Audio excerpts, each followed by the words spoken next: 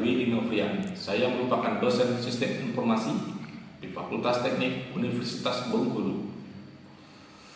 Adapun sedikit perkenalan tentang riwayat pendidikan saya. Saya menyelesaikan program sarjana saya di tahun 2016 di Universitas Putra Indonesia Yayasan Perguruan Tinggi Komputer di Padang. Ketika 2017 saya melanjutkan program magister saya. Saya tamat di tahun 2019 di Universitas Putra Indonesia Yayasan Perguruan Tinggi Komputer di Padang. Adapun mata kuliah yang saya ampu di prodi Sistem Informasi ini di Fakultas Teknik Universitas Bengkulu ini ada yaitu mata kuliah e-commerce, ada mata kuliah sistem operasi, ada mata kuliah konsep sistem informasi, ada mata kuliah enterprise resource planning. Nah, di dalam pembelajaran video ini saya akan mencoba untuk mengajarkan mata kuliah KSI yaitu konsep sistem informasi. Sekian, terima kasih. Assalamualaikum warahmatullahi wabarakatuh. Adapun rencana pembelajaran semester pada mata kuliah konsep sistem informasi ini yaitu pada program studi sistem informasi dengan kode program studi 57201 dengan nama mata kuliahnya yaitu konsep sistem informasi dan kode mata kuliahnya yaitu SI1104. Jenis mata kuliah pada konsep sistem informasi ini yaitu adalah wajib prodi dengan membuat SKS-nya yaitu teori 2 SKS dan praktikum 0 SKS. Adapun metode pembelajaran pada mata kuliah ini yaitu metode pemecahan kasus dalam kurung CATS method pada mata kuliah di semester 1 yaitu ganjil. Dosen pengampu pada mata kuliah ini yaitu Ibu Julia Purnamasari STMkom dan saya sendiri Willy Novrian MKom. Untuk CPMK pada mata kuliah ini yaitu mahasiswa mampu memahami konsep dasar sistem informasi serta menganalisis proses dan sistem organisasi untuk mendukung pengelolaan data dan pemberian rekomendasi dalam pengambilan keputusan organisasi. Capaian pembelajarannya yaitu ada yang pertama CPL Prodi yang dibebankan kepada mata kuliah. Yang pertama adalah CPL 01 yaitu mampu memahami, menganalisis dan menilai konsep dasar dan barang sistem informasi dalam mengelola data dan memberikan rekomendasi pengambilan keputusan pada proses sistem organisasi. Yang kedua yaitu capaian pembelajaran pada mata kuliah. Nah, CPMK 01 yaitu mampu memahami dasar konsep sistem informasi. Yang kedua adalah CPMK 02 yaitu mampu menganalisis proses dan sistem organisasi. Adapun kemampuan akhir tiap tahap pembelajaran sub CPMK yaitu sub CPMK 01 yaitu mahasiswa mampu menguraikan sistem informasi. Yang kedua sub CPMK 02 mampu mengurangi karakteristik kualitas informasi. Sub CPMK 03 yaitu mampu menganalisis kebutuhan perangkat keras dan perangkat lunak. Sub CPMK 04 yaitu mampu menganalisis rantai pasok, menyusun struktur organisasi dan menguraikan strategi rencana sistem organisasi. Sub CPMK 05 yaitu mampu menganalisis kelebihan dan kekurangan desain ulang dan peningkatan SI pada organisasi. Sub CPMK 06 yaitu mampu mengurangi manajemen strategis dan ancaman pada organisasi. Sub CPMK 07 yaitu mampu menganalisis mengklasifikasi jenis-jenis sistem informasi yang bisa dipakai dalam dunia bisnis dan ilmu pengetahuan. Sub CPMK 8 yaitu mampu menganalisis ragam sistem informasi berbasis internet. Sub CPMK 9 yaitu mampu menganalisis manajemen basis data dan komponen yang membangun basis data tersebut. Dan sub CPMK 10 atau yang terakhir mampu menyusun transformasi sistem informasi tradisional ke basis komputer berikut tahapannya. Untuk deskripsi mata kuliah ini secara singkat yaitu mata kuliah ini mempelajari konsep dasar sistem, konsep dasar informasi dan sistem informasi, komponen blok sistem informasi, sistem informasi dan dalam manajemen, mengembangkan sistem informasi, database, perangkat lunak, ragam sistem informasi, personil pengembangan sistem informasi berbasis internet dan konsep sistem keamanan sistem informasi. Adapun materi pembelajaran atau masa kajian yaitu saya mengajarkan pada mata kuliah ini yaitu di pertemuan 9 yaitu jenis-jenis sistem informasi. Untuk pustaka atau sumber referensi dan pustakanya saya menggunakan Paul Williams Davis Information System, MacLeod Raymond Management Information System, Rob M. Strike and Georgia yaitu Branches of Information System, Laudon, yaitu Manajemen Information System, dan Peter M.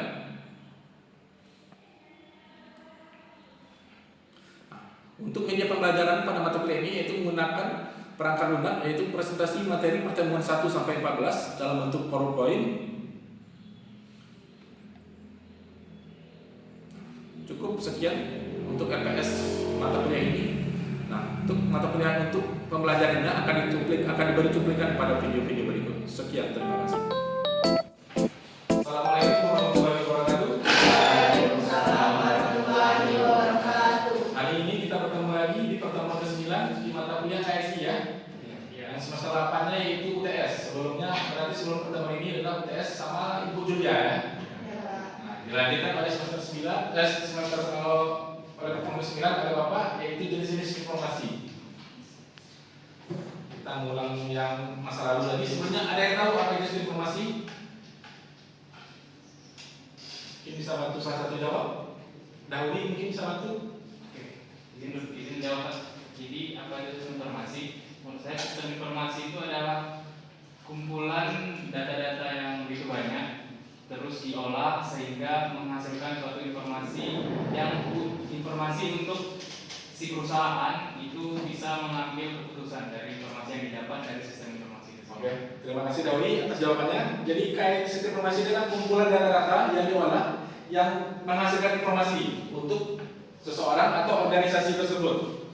Selanjutnya itu Pak. Nah, dari jenis-jenis informasi itu terdapat klasifikasi, yaitu klasifikasi informasi, yaitu berdasarkan hierarki, area fungsional, level organisasi, dan dukung yang diberikan. Kita masuk ke selanjutnya. Nah, sistem informasi berdasarkan hierarki. Nah, sistem informasi berdasarkan hierarki ini adalah sistem informasi yang dilakukan yang digunakan oleh si pengguna tersebut, yaitu ada sistem informasi eksekutif yang dilakukan oleh biasanya yang kelas atasnya, yang selanjutnya sistem informasi manajemen dan sistem informasi pemrosesan transaksi. Nah, ini lagi dulu yang kita bahas ya. Nah, sistem informasi hierarki ini terdapat juga jenisnya, itu sistem pemrosesan transaksi. Nah, sistem pemrosesan transaksi bisa jelas dibacakan oleh Sistem informasi berdasarkan hierarki. Sistem pemrosesan transaksi. Sistem pemrosesan transaksi merupakan sistem informasi di mana proses di dalamnya berupa transaksi data atau CRUD secara berulang-ulang ke dalam database. Biasanya level ini dilakukan oleh staf EDP atau Electronic Data Processing. Oke, terima kasih. Nah, jadi sistem pemrosesan transaksi inilah sistem pemrosesan transaksi yang dilakukan secara berulang-ulang. Nah, kalau misalnya di organisasi atau di instansi kampus, siapa biasanya menggunakan sistem informasi transaksi ini? Nah, biasanya itu bagian staf biasanya kan, yang akan menginputkan data-data mahasiswa satu persatu yang akan dilakukan secara berulang-ulang ya. Nah, bisa juga sebagai untuk penginputan nilai yang akan dilakukan secara berulang-ulang terus. Jadi sistem informasi transaksi itu yaitu sistem informasi yang dimana prosesnya itu dilakukan secara transaksi atau data CRUD yang dilakukan secara berulang terus. Selanjutnya, selanjutnya itu sistem informasi manajemen. Mungkin bisa dibacakan kalau membaca selanjutnya. Selanjutnya, sistem informasi manajemen. Pada level ini, dalam sistem informasi sudah ada fitur untuk melihat rekapitulasi data berupa laporan. Informasi yang dihasilkan SI pada sistem ini dimanfaatkan oleh staf pada level manajer. Nah, artinya itu adalah yang berdasarkan hierarkinya itu adalah sistem informasi manajemen atau bisa dikasihkan dengan SIM ya, sistem informasi manajemen. Nah, sistem informasi ini merupakan hasil yang telah diinput tadi untuk diolah tersebut datanya. Nah, hasil olah itu siapa yang membutuhkan biasanya? Nah, biasanya itu sudah di atas staf ya, biasanya itu di bagian manajer atau kalau di bagian kampus itu bisa digunakan oleh dekan, oleh prodi atau oleh tingkat universitas yang memiliki apa ya, staf organisasi yang memegang sebuah organisasi tersebut. Nah, gunanya informasi ini apa biasanya? Nah, itu bisa untuk melihat, menjadi itu melihat berapa telah yang daftar, berapa yang telah lulus, gitu ya. Kita lanjut informasi selanjutnya, yaitu sistem informasi eksekutif. Bisa tolong dibaca selanjutnya? Sistem informasi eksekutif pada level ini, sistem informasi sudah bisa menjadi acuan dalam mengambil keputusan atau decision support system. Fitur ini dimanfaatkan oleh level eksekutif atau direktur utama. Nah, yang sistem informasi selanjutnya itu yang hierarki itu yang tingkat atasnya itu sistem informasi eksekutif. Nah, sistem informasi eksekutif ini adalah acuan atau mengambil keputusan. Nah, jadi informasi ini digunakan untuk mengambil keputusan atau mengambil apa langkah selanjutnya yang akan kita lanjutkan dari tahun ke tahun atau dari berapa periode ke periode. Nah, fitur ini biasanya digunakan oleh eksekutif atau direktur utama. Nah, itu posisinya yang paling atas biasanya. Nah, pengguna itu adalah bagian eksekutif atau direktur utama ya. Oke, selanjutnya kita bahas sistem informasi menurut level organisasinya. Sistem informasi menurut level organisasinya itu terbagi tiga, yaitu sistem informasi departemen, yang selanjutnya sistem informasi perusahaan, dan yang ketiga sistem informasi antar organisasi. Nah, kita bahas yang satu ya, apa itu sistem informasi departemen dan lain-lain. Nah, sistem informasi menurut level organisasinya itu yang pertama adalah sistem informasi departemen. Mungkin bisa tolong dibacakan selanjutnya. Sistem informasi departemen. Sistem informasi departemen adalah sistem informasi yang dirancang untuk mendukung operasional, pengambilan keputusan, dan koordinasi dalam satu departemen atau unit fungsional tertentu dalam suatu organisasi. Sistem ini bersifat terbatas pada lingkup departemen tertentu dan bertujuan untuk meningkatkan efisiensi, efektivitas, serta pengelolaan data dan proses dalam departemen tersebut. Nah, jadi dia sistem informasi departemen adalah sistem informasi yang dirancang untuk mendukung operasional, mengambil keputusan dan koordinasi dalam suatu departemen atau unit fungsional tertentunya dalam suatu organisasi. Jadi informasi ini biasanya akan membagi informasi tersebut ke pelamar, ke staf SDM, ke badan SDM. Nah, setelah hasil itu telah dibagi masing-masing, setelah dikelola terus dibagi masing-masingnya ya, untuk menjadi sebuah informasi atau ilmu pengetahuan yang selanjutnya. Kita selanjutnya ya. Nah, contoh-contoh informasi departemen itu adalah departemen keuangan, yaitu menggunakan financial information system untuk mengelola anggaran. Nah, fungsi departemen keuangan itu adalah mengelola anggaran, akuntansi dan laporan keuangan. Selanjutnya contohnya adalah departemen SDM, laporan HR. Nah, sistem informasi ini digunakan untuk mengelola data karyawan, absensi, gaji dan rekrutmen. Selanjutnya adalah departemen pemasaran. Nah, sistem informasi ini digunakan untuk analisis pasar, rancangan promosi dan mengelola kampanye.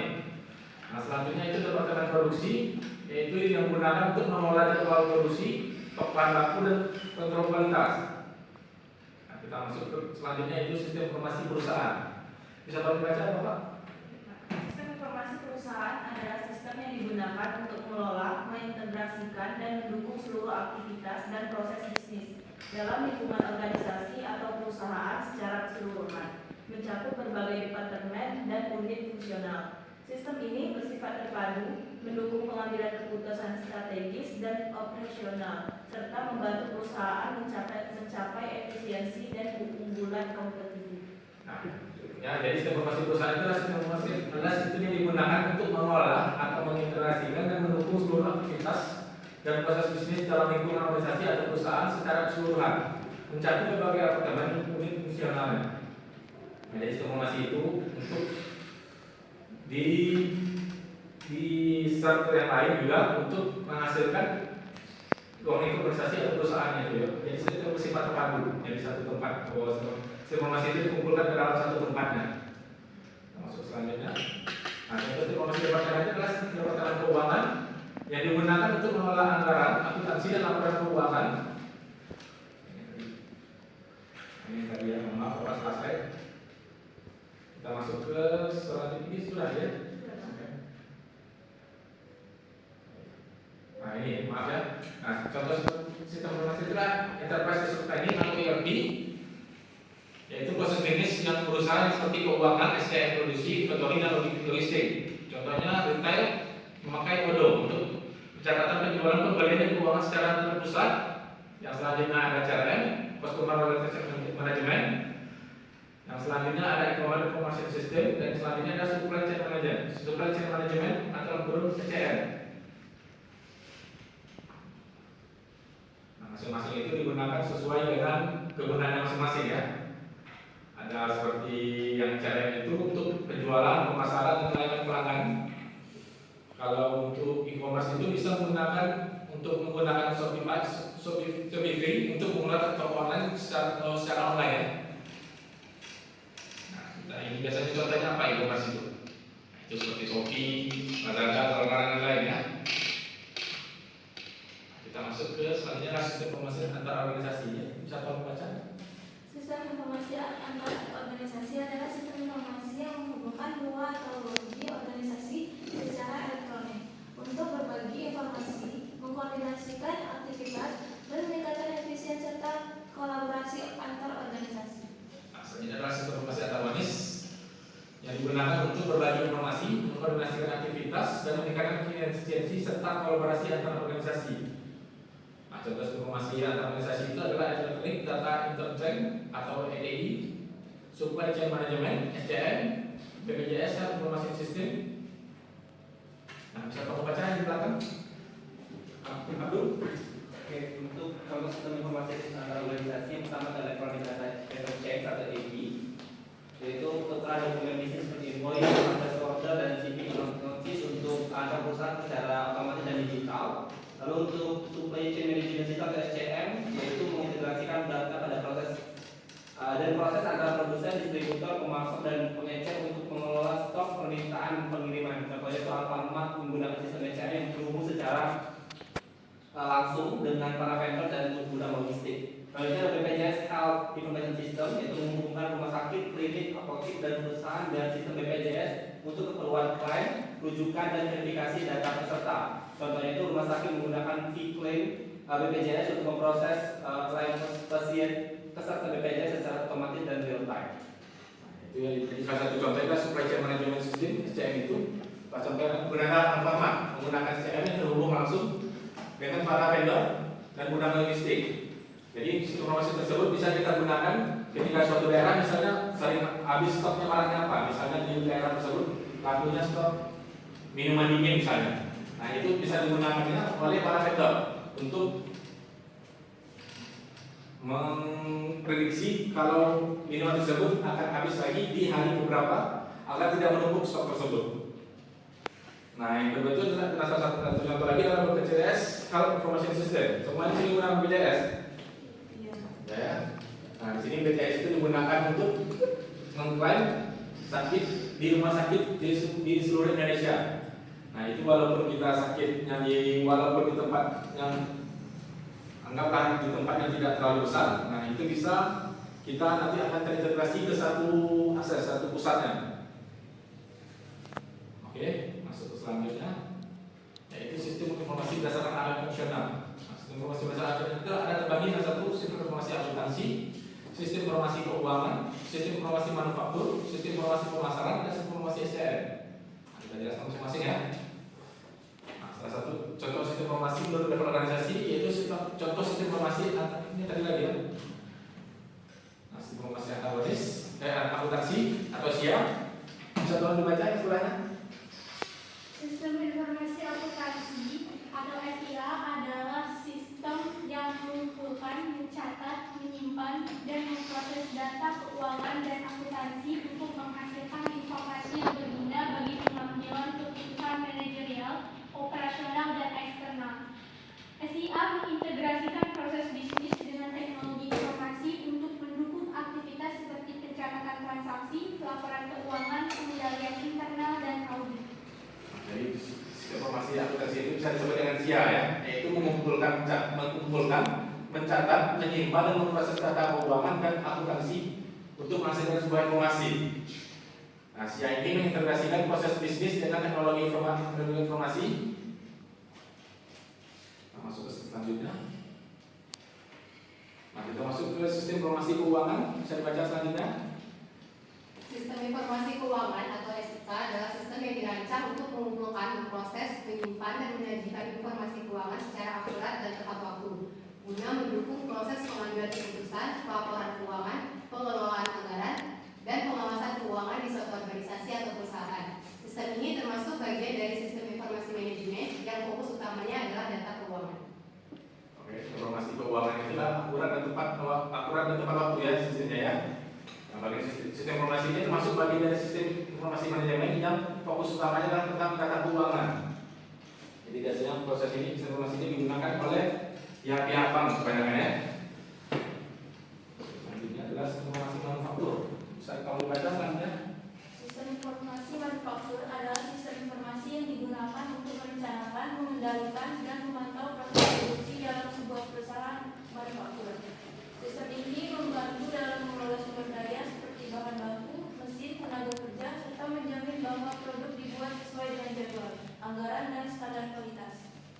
Ini adalah sistem informasi manufaktur yang digunakan untuk merencanakan, mengendalikan, dan memantau proses produksi. Nah, ini biasanya digunakan di sistem informasi pada sebuah perusahaan di bidang-bidang alat traktor atau apa itu ya sejenisnya. Selanjutnya ya. Selanjutnya sistem informasi pemasaran atau SIP. Bisa tolong baca, Daudi? Sistem informasi pemasaran atau SIP adalah sistem berbasis teknologi informasi yang digunakan untuk mengumpulkan, menyimpan, menganalisis, dan menyajikan informasi yang berkaitan dengan aktivitas pemasaran suatu perusahaan. Tujuannya adalah untuk mendukung pengambilan keputusan pemasaran yang lebih cepat, tepat, dan efektif. Selanjutnya sistem informasi pemasaran yaitu tujuannya adalah mengumpulkan, menyimpan, menganalisis, dan menyajikan informasi untuk mendukung pengambilan sebuah keputusan pada pemasaran. Nah, ini biasanya digunakan oleh pihak-pihak yang berbisnis dalam pasar itu. Nah, jadi setiap daerah itu akan bisa dia tentukan dari informasi tersebut bisa ditentukan mana barang yang lebih laku, mana yang barang yang kurang laku untuk proses pemasaran, untuk proses pada pemasarannya. Selanjutnya yaitu sistem informasi SDM. Bisa tolong dibaca? Sistem informasi SDM atau sumber daya manusia atau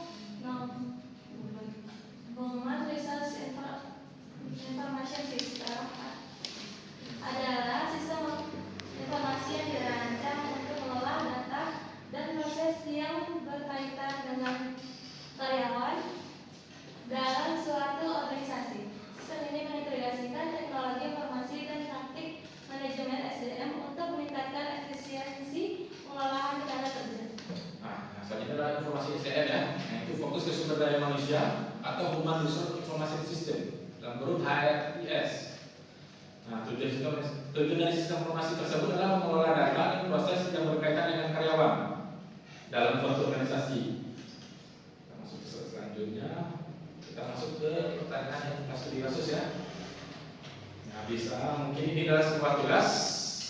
Nah, contoh dalam studi kasus adalah sebuah perusahaan memiliki sistem informasi yang hanya digunakan oleh masing-masing departemen seperti HRIS untuk SDM dan Marketing Information System untuk pemasaran, namun tidak ada integrasi antara sistem tersebut. Apakah dampak yang mungkin terjadi dan bagaimana solusinya idealnya? Mungkin bisa bantu salah satu mahasiswa untuk menjawab.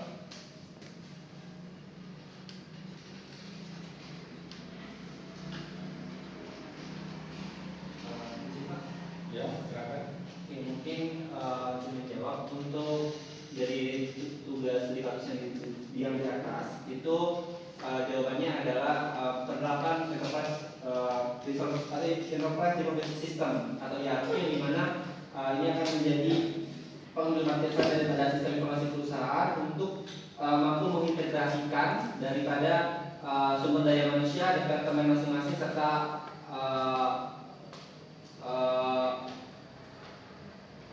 pemasaran dan lain-lain. Maaf, bisa diulangi lagi ya?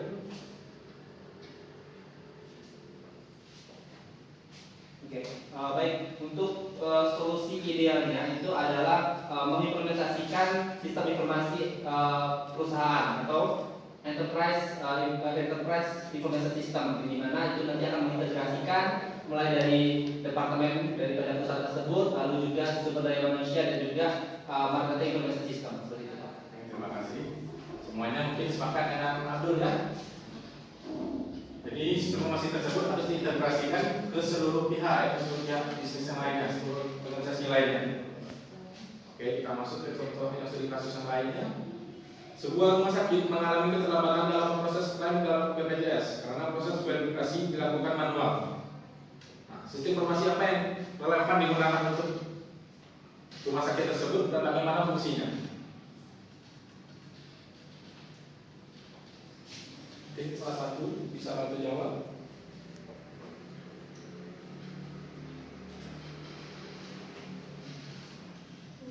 Ya, silakan. Jadi untuk studi kasus di atas itu sistem informasi yang akan digunakan menurut saya adalah sistem informasi BPJS dan sistem informasi